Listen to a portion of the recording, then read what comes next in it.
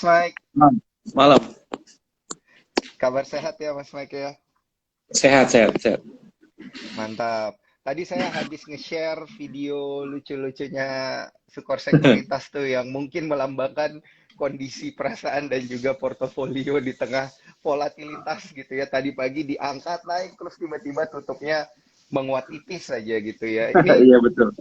Ini apakah kondisi-kondisi kayak gini akan berlanjut atau enggak? Ini kan tergantung juga dengan kondisi makroekonomi Indonesia gitu ya nantinya ya, Mas Mike. Nah, kalau boleh diceritakan nih untuk para cuan troopers kita, kemarin BPS habis merilis data bahwa inflasi kita naik gitu ya, naik tinggi. Kita secara year on year 5,95% gitu, udah jauh di atas suku bunga. Nah, ini bisa diceritain nggak sudut pandangnya Mas Mike seperti apa? Apakah ini sudah sesuai ekspektasi dan proyeksi kita nih di awal tahun? Silakan Mas Mike. Ya, thank you, Mas. Apa namanya? Eh, jadi memang volatilitasnya tinggi banget ya tadi market Iya, kita ya. betul betul. Betul. Volatilitasnya tinggi banget. Cuman Heeh. kalau saya lihat data inflasi kita yang mau 6% itu memang kita di Sukor Sekuritas. Tadi saya habis update dari satu big fund besar ya. Saya baru update dari salah satu institutional client kita ya, yang mungkin yang terbesar di Indonesia ya. Itu dia bilang Sukor Sekuritas itu salah satu sekuritas pertama yang prediksi inflasi akan ke 7% dari Desember 2021.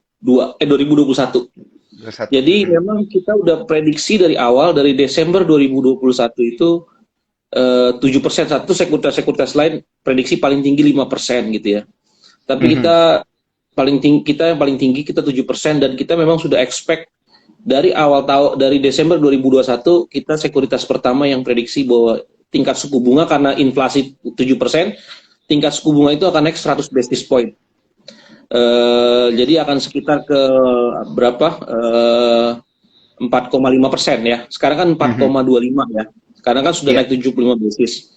Akan naik sekitar itu Desember 2021. Tapi kita prediksi, malah kita prediksi kita yang mungkin rata-rata agak cukup bullish dengan indeks. Indeks itu kita prediksi dari Desember itu akan ke 7.400 sampai dengan mungkin bisa menyentuh 7.600 kalau ada window dressing. Kita ingat kan kita udah masuk akhir tahun ya. Kita udah masuk akhir tahun. Biasanya akan ada window dressing, dan saya perkirakan kemungkinan bisa jadi akan ada window dressing nih. Jadi kalau kemarin all time high kita di 7.400, sekarang kan indeks kita kan di level 7.000-an ya. Mungkin aja kalau Oktober kita bisa tutup di 7.300-an, mungkin November Desember kita bisa sampai 7.400, 7.500. Nah, kenapa kita bullish malah ya di tengah inflasi yang tinggi begini? Jadi kan indeks itu bergerak sesuai dengan fundamental. Nah, fundamentalnya itu kan tergantung dengan bottom line perusahaan-perusahaan atau emiten-emiten yang ada di bursa efek.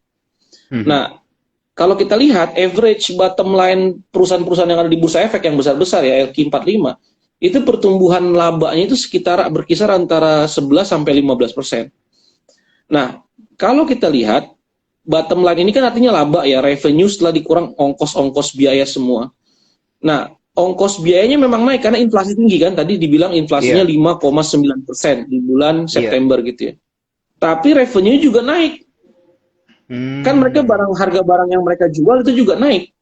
Nah, kalau kita lihat harga barang yang jualnya itu naik, sehingga biasanya indeks harga saham gabungan kita itu akan sesuai bergerak dengan pertumbuhan nominal GDP. Bukan real GDP, Nah, kalau kita lihat berarti apa? Kalau misalkan pertumbuhan ekonomi kita itu katakanlah di kuartal ketiga 5,6%, terus inflasi kita itu 5,9%, udah keluar September itu kan berarti kan kuartal ketiga. Berarti GDP nominal kita itu at least akan tumbuh 21%. Di kuartal kedua, pertumbuhan nominal GDP kita itu tumbuh 17%. Berarti ada lompatan sangat tinggi di laba perusahaan-perusahaan di Indonesia nanti di kuartal ketiga. Jadi kalau inflasi orang-orang pada takut, inflasi tinggi nih, Tapi kalau dilihat dari laporan keuangan perusahaan kita, terutama perbankan, telekomunikasi, perusahaan consumer retail, dan juga otomotif, itu labanya pada naik kencang. Jadi Ya. ketika terjadi inflasi, kelihatannya mereka mempass through inflasi itu ke consumer ya.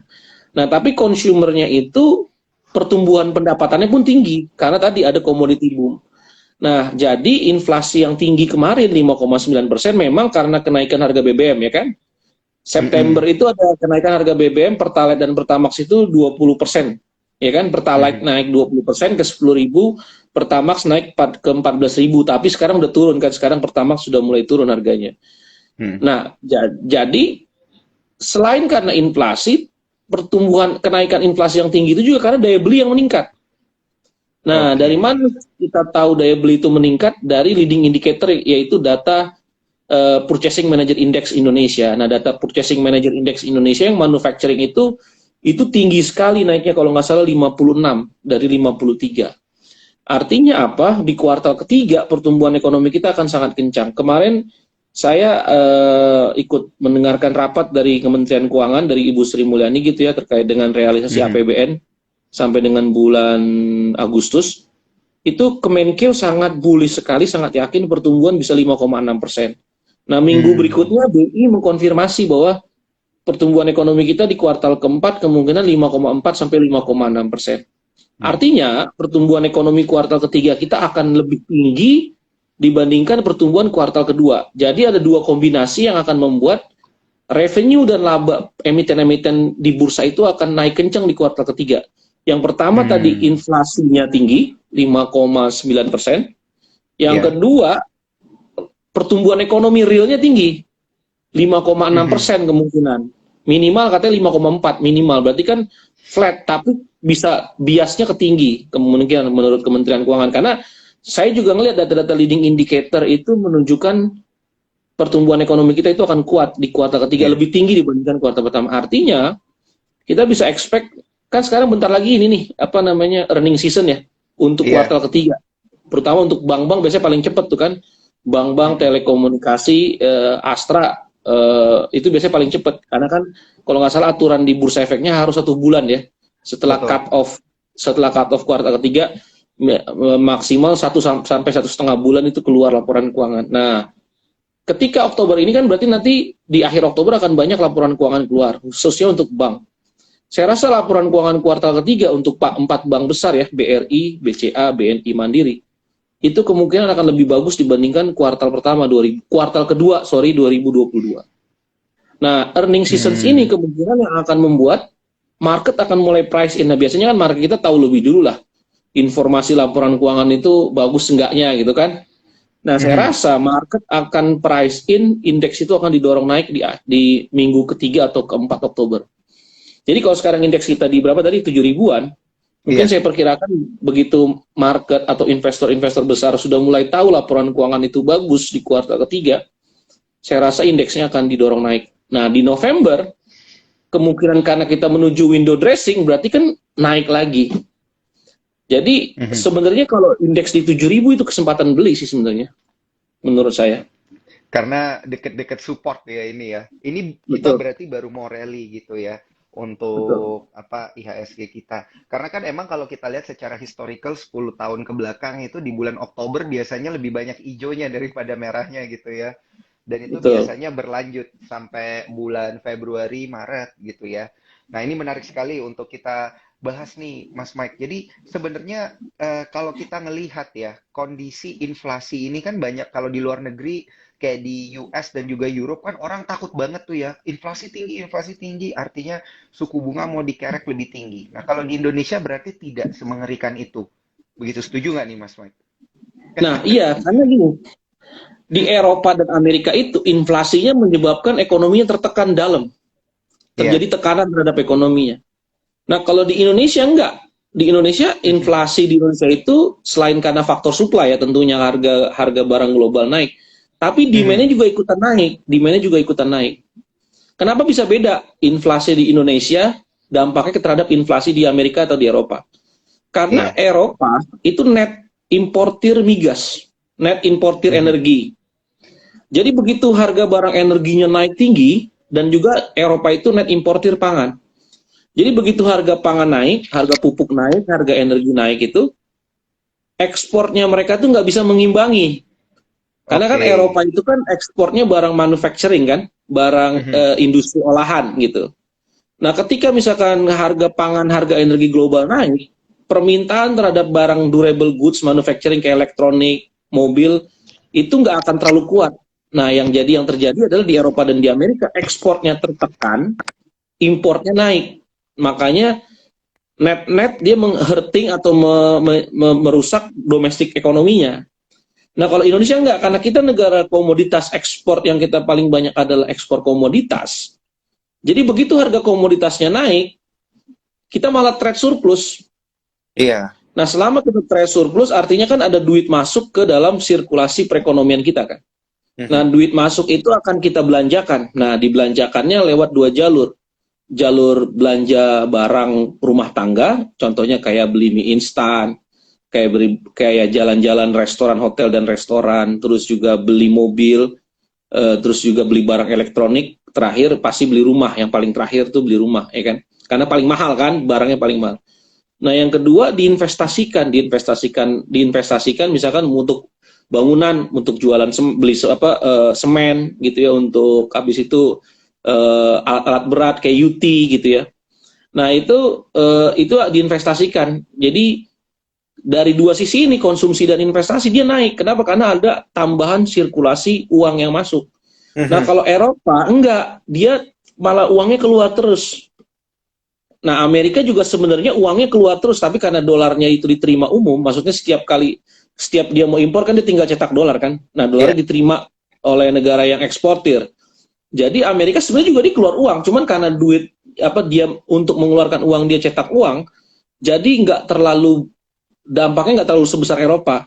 Nah, cuman Amerika ini ekonominya juga tertekan karena balik lagi, ketika barang energi dan pangan itu naik, dia juga tertekan. Karena buktinya apa? Mhm. Dia karena account surplusnya melebar. Eropa pun sama, karena account defisitnya melebar. Eropa pun karena account defisitnya melebar. Jadi ekonominya itu terpukul domestik. Nah, kalau Indonesia nggak kebalik, karena kita masih ekspor barang primer, jadi malah kita diuntungkan. Nah, inflasi itu yang membedakan inflasi tinggi di Indonesia dengan inflasi tinggi di Eropa dan di Amerika. Makanya di Indonesia ketika terjadi inflasi, not necessarily itu memukul pertumbuhan ekonomi kita, not necessarily. Nah, itu yang terjadi sekarang di Indonesia. Tadi makanya saya bilang kuartal ketiga pertumbuhan ekonomi kita akan 5,6%, signal dari Menterian Keuangan dan BI, dan saya konfirmasi dari data leading indicator yang kita pakai, Purchasing Manager Index, penjualan retail, pertumbuhan kredit, perbankan, itu semua menunjukkan pertumbuhan kita akan lebih kencang di kuartal ketiga ketimbang kuartal kedua. Berarti laporan keuangan emiten-emiten kita itu akan lebih tinggi di kuartal ketiga ketimbang kuartal kedua. So, jadi kalau misalkan kita khawatir marketnya koreksi ya karena market global mungkin, tapi market global juga saya lihat sudah mulai rebound ya di Amerika gitu. Jadi kalau misalkan ada koreksi-koreksi sedikit, saya rasa waktunya buat buy malah ya, time to buy atau average down kalau ada yang rugi. Karena saya rasa di akhir Oktober mungkin indeks kita bisa didorong naik ke 7.200, 7.300 di Oktober. Nanti Novembernya kan menjelang window dressing. Jadi Mhm. inflasi not necessarily bad menurut saya ya, Mhm. gitu.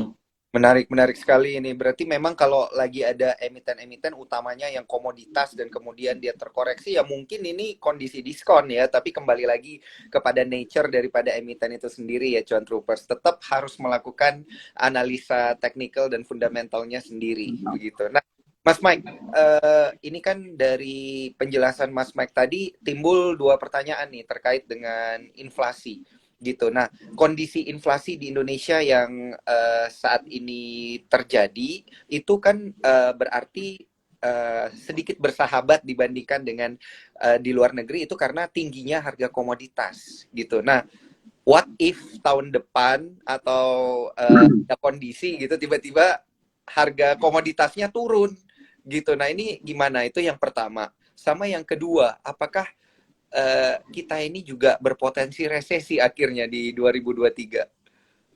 Ya. Ini pertanyaan yang sulit, ya Ya, kan? $1 million questions ya. Udah $1 million udah depresiasi ya sekarang. $1 billion questions ya sekarang ya berarti ya. Jadi kalau saya lihat, ya tadi saya juga ditanya sama banyak big fund big fund manager yang tanya ke saya gitu ya tentang ini. Menurut saya kalau kita prediksi 2022 sangat mudah. Karena kita tahu arah komoditas akan naik ke atas. Kalau saya dari Desember saya udah prediksi komoditas akan lompat karena kita di sekuritas pertama yang prediksi akan terjadi perang di Ukraina. Betul. Nah, di 2020 pun mudah karena kita tahu terjadi recovery, di 2021 akan terjadi recovery, di 2020 karena Covid. Nah, ini agak sulit, di 2023 agak sulit. Kenapa? Karena penentuan harga komoditas naik turun, penentuan harga tingkat inflasi, karena komoditas naik turun kan kita juga sulit memprediksi apakah tingkat suku bunga akan naik atau turun tahun depan. Dan apakah inflasi akan naik atau turun tahun depan. Dan tentu kalau kita bingung memprediksi komoditas naik turun, tingkat suku bunga naik turun, inflasi naik turun, tentu akan sulit bagi kita memprediksi pertumbuhan ekonomi naik atau turun tahun depan. Kenapa sulit? Karena semua sekarang outlook ekonomi di tangan politisi. Contoh kenapa saya bilang di tangan politisi? Karena sekarang komoditas bisa nggak harga batu bara naik di atas $400 ke 500 atau ke $600 bisa? Bisa nggak harga minyak naik ke 150 atau $200? Sangat bisa. Atau bisa nggak harga minyak turun misalkan ke $60? Sangat bisa. Kenapa? Karena politisi yang menentukan sekarang. Contohnya gini, kalau musim dingin ini, misalkan perang di Ukraina berlanjut, karena Rusia sekarang kan kalau nggak salah di berita udah mau mobilisasi 300.000 pasukan. Nah, kalau pasukan ini diterjunkan di Kharkiv, ya kemarin kan Rusia kalah di Kharkiv tuh, sempat diambil lagi sama Ukraina. Kalau misalkan dia terjunin lagi pasukannya di Kharkiv dan dia mukul mundur pasukan Ukraina, pasti pasukan NATO akan makin banyak bantu Ukraina. Nah, kalau itu yang terjadi, eskalasi konfliknya akan makin besar.